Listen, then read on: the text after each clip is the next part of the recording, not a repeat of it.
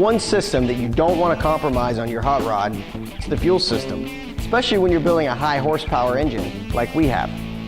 I'm Mark Christ, tech editor of Muscle Mustangs and Fast Forwards magazine, and we're here at MM&FF headquarters in Tampa, Florida, assembling Project Hypersilver.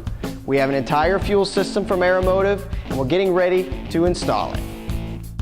We decided to go with the Areomotive Stealth 340 pump. Now this pump handles between 700 and 1,000 horsepower, depending on your application. What's cool about it is it's the same dimensions as a factory pump or any aftermarket pump. We had ours shipped directly to Aerotech Laboratories.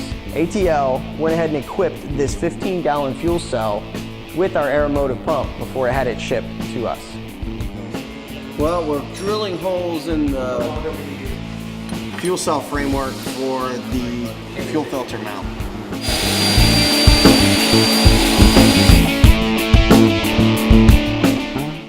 Well, we're deciding where the bulkhead fittings go.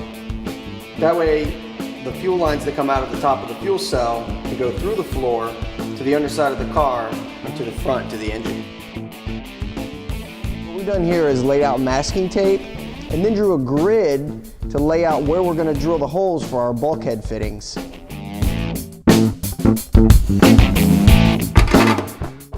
We're now in the process of running our return line to the front of the car.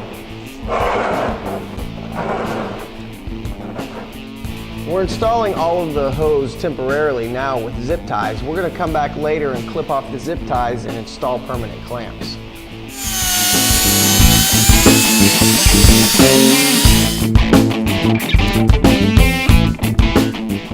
We're getting ready to plumb the engine bay. So we're going to start off with these bulkhead fittings, and we've put a piece of tape here where we're going to install the fittings. We're going to mark them, drill the holes, and install the fittings.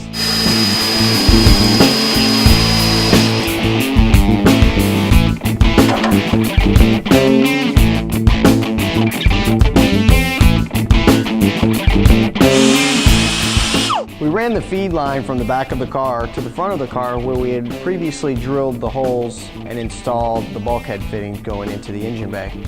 We're now going to put the hose end onto the Dash 6 hose.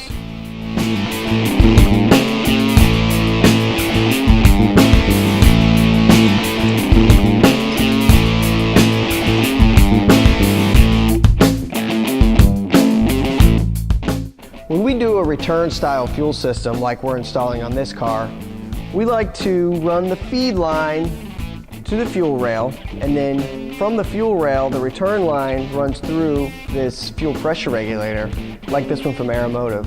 Now there are different styles and colors. We like this all black one, which is actually their marine style regulator.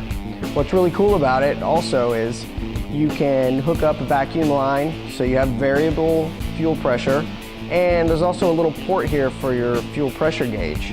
Now, unfortunately, we're not able to run this one on this car because the P38 cross ram induction system already has these really spiffy fuel rails that are part of the system, and the fuel pressure regulator is built in here. So we've already run both the feed and return lines for the fuel system from the fuel cell all the way in the back of the car to the front here at the engine bay, where we installed these two bulkhead fittings. Now we're going to make the two lines that go from the bulkhead fittings to the engine. So we're almost finished. Daryl's tightening up the last of the fittings here in the engine bay. So all that's left is to put some 93 octane in the tank and get it on the dyno.